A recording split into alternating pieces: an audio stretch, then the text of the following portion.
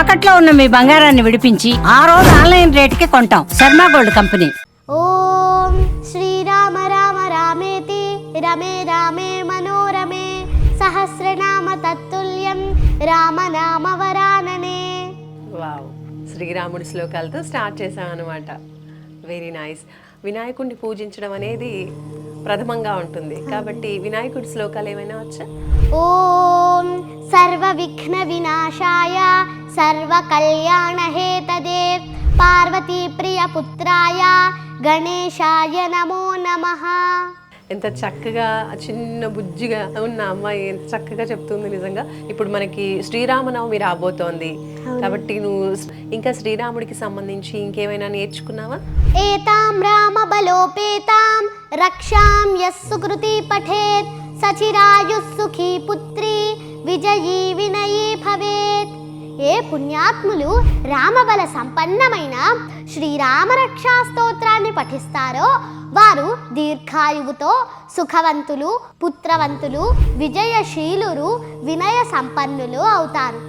ఇక దశావతారాల్లో శ్రీ మహావిష్ణువు యొక్క 7వ అవతారంగా రావణ సంహారణార్థమై శ్రీరాముడు వసంత ఋతువులో చైత్రమాసం శుక్లపక్షం శుద్ధ నవమి నాడు పునర్వసు నక్షత్రపు కర్కాటక లగ్నంలో కౌసల్యాదేవికి జన్మించారు. ప్రతి సంవత్సరం ఈ రోజునే శ్రీరామనవమి పండుగలా జరుపుకుంటాము. శ్రీరామనవమి రోజున శ్రీ సీతారామ కళ్యాణం చేయించిన, చూసిన, అక్షతలు శిరస్సు పైన ధరించిన సకల దేవతల అనుగ్రహం పొంది సమాజం వర్ధిల్లుతుంది, అష్టైశ్వర్యాలు సిద్ధిస్తాయి. హాయ్, హలో, నమస్తే, వెల్కమ్ టు సుమన్ టీవీ. నేను మానస. ఈరోజు మన స్టూడియోస్లో ఒక స్పెషల్, ఒక బుజ్జి గెస్ట్ సిద్ధంగా ఉన్నారు.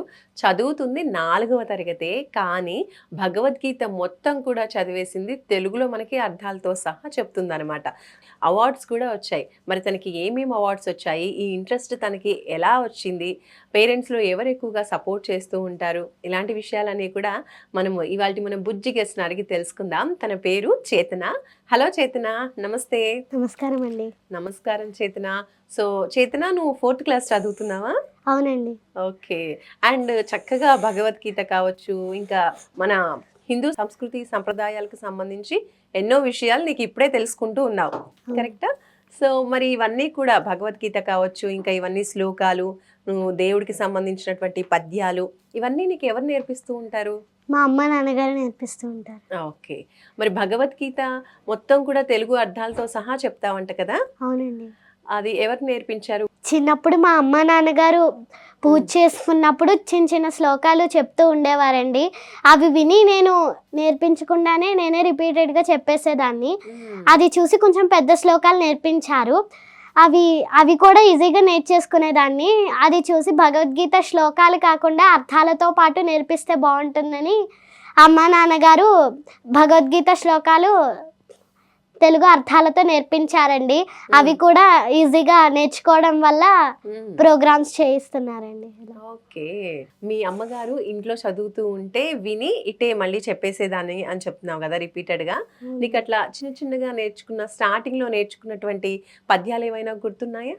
శ్రీయః కాంతాయ కళ్యాణ నిధయే నిధయేర్థినాం శ్రీ వెంకట నివాసాయ శ్రీనివాసాయ మంగళం. ఓం శ్రీరామ రామ రామేతి రమే రామే మనోరమే సహస్రనామ తత్తుల్యం రామనామ వరాననే. వావ్, శ్రీరాముడి శ్లోకాలతో స్టార్ట్ చేసాం అనమాట. Very nice. ముందుగా ఏ పూజ చేసినా మన ఇళ్ళల్లో వినాయకుడిని పూజించడం అనేది ప్రథమంగా ఉంటుంది కాబట్టి వినాయకుడి శ్లోకాలు ఏమైనా వచ్చా? ఓం సర్వ విఘ్న వినాశాయ సర్వ కళ్యాణ హేతదే పార్వతీ ప్రియ పుత్రాయ గణేశాయ నమో నమః. Wow, super. ఎంత చక్కగా చిన్న బుజ్జిగా ఉన్న అమ్మాయి ఎంత చక్కగా చెప్తుంది. నిజంగా చాలా స్పష్టంగా చాలా బాగా చెప్తున్నా తెలుసా. కాంప్లిమెంట్స్ ఇచ్చారా చాలా మంది. ఇప్పుడు మనకి శ్రీరామనవమి రాబోతోంది కాబట్టి నువ్వు శ్రీరాముడితోనే స్టార్ట్ చేసావు. ఇంకా శ్రీరాముడికి సంబంధించి ఇంకేమైనా నేర్చుకున్నావా? ఏతాం రామ బలోపేతాం రక్షాం యస్సు కృతి పఠేత్ సచిరాయుః సుఖీ పుత్రి విజయీ వినయీ భవేత్. ఏ పుణ్యాత్ములు రామబల సంపన్నమైన శ్రీరామరక్షా స్తోత్రాన్ని పఠిస్తారో వారు దీర్ఘాయువుతో సుఖవంతులు, పుత్రవంతులు, విజయశీలురు, వినయ సంపన్నులు అవుతారు. రామనామ వైభవాన్ని ఆ పరమేశ్వరుల వారు చెప్పారని మన పురాణాలు చెబుతున్నాయి. పురాతన హిందూ కాలమానం ప్రకారం చైత్రశుద్ధ నవమి నాడు శ్రీరాముని వివాహం జరిగిందని, అలాగే శ్రీరామనవమి అంటే శ్రీరాముడు జన్మించిన రోజు అని మన పురాతన గ్రంథాలు చెబుతున్నాయి. ఇక దశావతారాల్లో శ్రీ మహావిష్ణువు యొక్క 7వ అవతారంగా రావణ సంహారణార్థమై శ్రీరాముడు వసంత ఋతువులో చైత్రమాసం శుక్లపక్షం శుద్ధ నవమి నాడు పునర్వసు నక్షత్రపు కర్కాటక లగ్నంలో కౌసల్యాదేవికి జన్మించారు. ప్రతి సంవత్సరం ఈ రోజునే శ్రీరామనవమి పండుగలా జరుపుకుంటాము. శ్రీరామనవమి రోజున శ్రీ సీతారామ కళ్యాణం చేయించిన, చూసిన, అక్షతలు శిరస్సు పైన ధరించిన సకల దేవతల అనుగ్రహం పొంది సమాజం వర్ధిల్లుతుంది, అష్టైశ్వర్యాలు సిద్ధిస్తాయి, సంతానం కలుగుతుంది. శ్రీ సీతారామ కళ్యాణాన్ని చూసేందుకు మనమే కాదు సకల లోకాల దేవతలు దివి నుంచి భువికి దిగి వస్తారంట. అంతటి మహోన్నతమైన కళ్యాణానికి ముందు దశరథ మహారాజు గారు, జనక మహారాజు గారు వశిష్ఠ మహర్షుల వారి సమక్షంలో వారి వారి వంశాలను ఏ విధముగా వివరించుకున్నారంటే, శ్రీరాముని వంశవృక్ష చరిత్ర. బ్రహ్మకుమారుడు మరీచి, మరీచిని కుమారుడు కాశ్యపుడు, కశ్యపుని కుమారుడు సూర్యుడు, సూర్యుని కుమారుడు మనువు, మనువు కుమారుడు ఇక్ష్వాకువు, ఇక్ష్వాకు కుమారుడు కుక్షి, కుక్షి కుమారుడు వికుక్షి, వికుక్షి కుమారుడు బాణుడు, బాణుని కుమారుడు అనరణ్యుడు, అనరణ్యుని కుమారుడు పృథువు, పృథువు కుమారుడు త్రిశంకువు, త్రిశంకు కుమారుడు దుంధుమారుడు, దుంధుమారుని కుమారుడు యువనాశ్వుడు, యువనాశ్వుని కుమారుడు మాంధాత, మాంధాత కుమారుడు సుసంధి, సుసంధి కుమారుడు ధ్రువసంధి, ధ్రువసంధి సోదరుడు ప్రసేనజిత్తు, ధ్రువసంధి కుమారుడు భరతుడు, భరతుని కుమారుడు అసితుడు, అసితుని కుమారుడు సగరుడు, సగరుని కుమారుడు అసమంజసుడు, అసమంజసుని కుమారుడు అంశుమంతుడు, అంశుమంతుని కుమారుడు దిలీపుడు, దిలీపుని కుమారుడు భగీరథుడు, భగీరథుని కుమారుడు కాకుత్సుడు, కాకుత్సుని కుమారుడు రఘుమహారాజు, రఘుమహారాజు గారి కుమారుడు ప్రవృద్ధుడు, ప్రవృద్ధుని కుమారుడు శంఖనుడు, శంఖనుని కుమారుడు సుదర్శనుడు, సుదర్శనుని కుమారుడు అగ్నివర్ణుడు, అగ్నివర్ణుని కుమారుడు శీఘ్రగుడు, శీఘ్రగుని కుమారుడు మరువు, మరువు కుమారుడు ప్రశుశుక్రుడు, ప్రశుశుక్రుని కుమారుడు అంబరీషుడు, అంబరీషుని కుమారుడు నహుషుడు, నహుషుని కుమారుడు యయాతి, యయాతి కుమారుడు నాభాగుడు, నాభాగుని కుమారుడు అజుడు, అజుని కుమారుడు దశరథుడు, దశరథ మహారాజు గారి కుమారుడు శ్రీరామచంద్రుడు. అది విన్న తరువాత సీతాదేవి తండ్రి గారైన జనక మహారాజు గారు వశిష్ఠ మహర్షుల వారి సమక్షంలో తన వంశావళిని ఏ విధముగా వివరించుకున్నారంటే, నిమి కుమారుడు మిథి, మిథి కుమారుడు జనకుడు, జనకుని కుమారుడు ఉదావసువు, ఉదావసువు కుమారుడు నందివర్ధనుడు, నందివర్ధనుని కుమారుడు సుకేతువు, సుకేతువు కుమారుడు దేవరాతుడు, దేవరాతుని కుమారుడు బృహద్రథుడు, బృహద్రథుని కుమారుడు మహావీరుడు, మహావీరుని కుమారుడు దృష్టకేతువు, మహావీరుని కుమారుడు సుధృతి, సుధృతి కుమారుడు దృష్టకేతువు, దృష్టకేతువు కుమారుడు హర్యశ్వుడు, హర్యశ్వుని కుమారుడు మరువు, మరువు కుమారుడు ప్రతీంథకుడు, ప్రతీంథకుని కుమారుడు కీర్తిరథుడు, కీర్తిరథుని కుమారుడు దేవమీఠుడు, దేవమీఠుని కుమారుడు విభుతుడు, విభుతుని కుమారుడు మహీత్రకుడు, మహీత్రకుని కుమారుడు కీర్తిరాతుడు, కీర్తిరాతుని కుమారుడు మహారోముడు, మహారోముని కుమారుడు స్వర్ణరోముడు, స్వర్ణరోముని కుమారుడు హ్రస్వరోముడు, హ్రస్వరోముని కుమారుడు జనక మహారాజు గారు, జనక మహారాజు గారి సోదరుడు కుశధ్వజుడు, జనక మహారాజు గారి కుమార్తె సీతాదేవి. Wow, super. అసలు గుక్క తిప్పుకోకుండా అలా కంటిన్యూగా శ్రీరాముల వారి యొక్క వంశవృక్షం గురించి, అలాగే సీతమ్మ వారి యొక్క వంశవృక్షం గురించి కూడా క్లియర్గా చెప్పేసింది. నిజంగా ఇన్ని నేమ్స్, అసలు వంశాలు వాళ్ళ టోటల్ పూర్వీకుల నుంచి టోటల్గా తన వంశం వరకు కూడా క్లియర్గా చెప్పారు. అన్ని పేర్లు కూడా గుర్తుంచుకున్నావు. నిజంగా చాలా తెలివి ఉంది నీకు కదా. ఇంకా నీతో పాటు ఎవరు ఉంటారు? అక్క, చెల్లి ఎవరైనా ఉన్నారా? తమ్ముడు ఉన్నారండి. తమ్ముడు ఆర్య శ్రీహాన్ బిల్వాన్. ఓకే. తమ్ముడు కూడా చెప్తూ ఉంటాడా ఇలా అని? తమ్ముడు శ్లోకాలు నేర్పిస్తావా తమ్ముడికి? నేర్పిస్తాను. ఓకే. ఏ దేవుడి శ్లోకాలు ఎక్కువగా నీకు ఇష్టంగా చెప్తూ ఉంటావు, చదువుతూ ఉంటావు? భగవద్గీత శ్లోకాలు ఇష్టమండి. ఓకే, భగవద్గీతలో అన్నీ కూడా నేర్చేసుకున్నావు. అవునండి.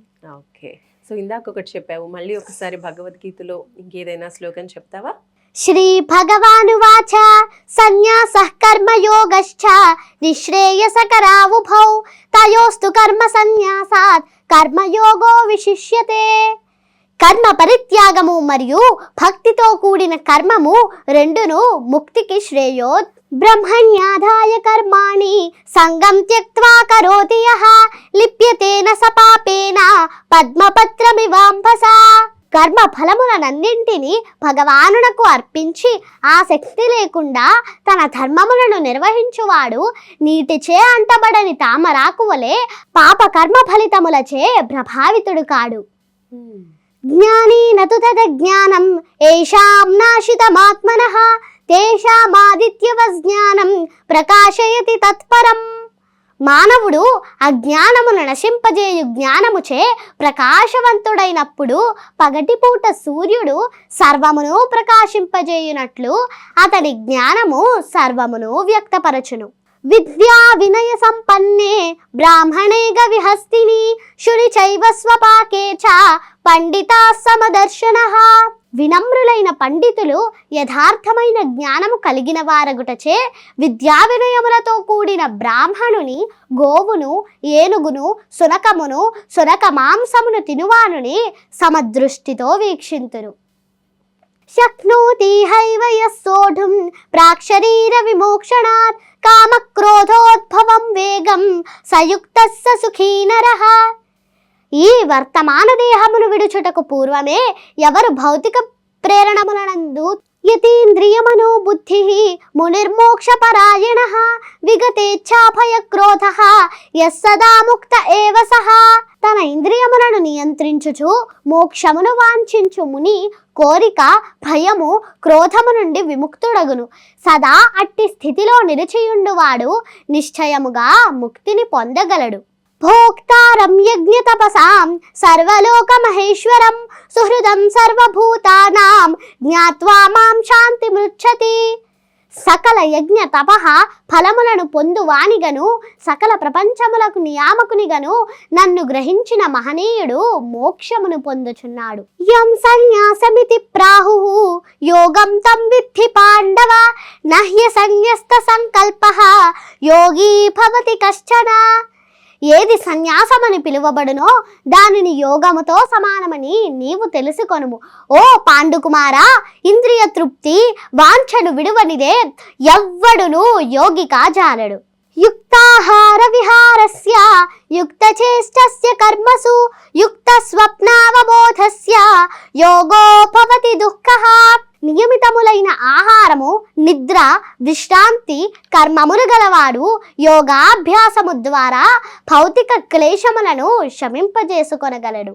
యథా దీపో నివాతస్థః నింగతి సోపమా స్మృతా యోగినో యథ చిత్తస్య యుంజతో యోగమాత్మనః. గాలి లేని చోటనున్న దీపము కదలకుండా నిశ్చలముగా నుండునట్లుగా నిగ్రహింపబడిన మనస్సు గల యోగి తన పరతత్వ ధ్యానమున సదా స్థిరుడై ఉండును. చాలా చక్కగా ఒక్క శ్లోకం చెప్పమన్నాను, చాలా చెప్పింది కదా. చాలా బాగా చెప్పావు నాన్న, చాలా బాగా చెప్పావు. చేతన పేరుకి తగ్గట్టే చాలా చక్కగా అన్నీ కూడా, పేరు కూడా చాలా మీనింగ్ఫుల్గా ఉంది. ఫస్ట్ ఆఫ్ ఆల్ నీ పేరుకున్న అర్థం ఏంటో తెలుసా? చేతన. చాలా మందికి వాళ్ళ వాళ్ళ పేర్ల యొక్క అర్థాలు తెలియదు, కొంతమంది తెలుసుకోవడానికి ఇంట్రెస్ట్ చూపిస్తూ ఉంటారు. చేతన అంటే చెప్పు ఏంటో? చైతన్యం అండి. చైతన్యం, ఉత్తేజం కదా. చాలా బాగుంది, అందుకే అన్నాను పేరుకి తగ్గట్టుగా చాలా చక్కగా అన్నీ కూడా నేర్చుకుంటూ ఉన్నావు, చాలా బాగా చెప్తూ ఉన్నావు. నీలాగా అంటే నిన్ను చూసి ఇంకా చాలా మంది కూడా నేర్చుకోవాలి. పెద్ద పెద్ద వాళ్ళు కూడా చెప్పలేని ఈ శ్లోకాలన్నీ కూడా కొంచెం కష్టతరమైనటువంటి శ్లోకాలైనా కూడా చాలా చక్కగా అసలు గొంతు గుక్క తిప్పుకోకుండా చాలా చక్కగా విత్ అర్థాలతో సహా చెప్తూ ఉంది. వింటూ ఉంటే మనకి ఇట్టే అర్థమైపోతూ ఉందన్నమాట. చక్కగా ఎంత చిన్న పిల్లలకైనా సరే చక్కగా మీనింగ్ అర్థమయ్యే విధంగా తెలుగులో అందరికీ చెప్తూ ఉంది. చాలా బాగా చెప్తున్నావా. ఎలా అంటే ఒక పండితులు ఎలా చెప్తూ ఉంటారో అలా చెప్తున్నట్టు అనిపిస్తుంది నాకైతే. చాలా బాగుంది నాన్న. ఇంకా మంచి మంచి ఇలాంటి మన హిందూ సంప్రదాయానికి సంబంధించిన ఇంకా ఎన్నో విషయాలు నువ్వు ఇలాగే నేర్చుకుంటూ చదువుకుంటూ అందరికీ కూడా ఇన్స్పిరేషన్గా ఉండాలని కోరుకుంటున్నాను. థ్యాంక్ యూ, ధన్యవాదాలు.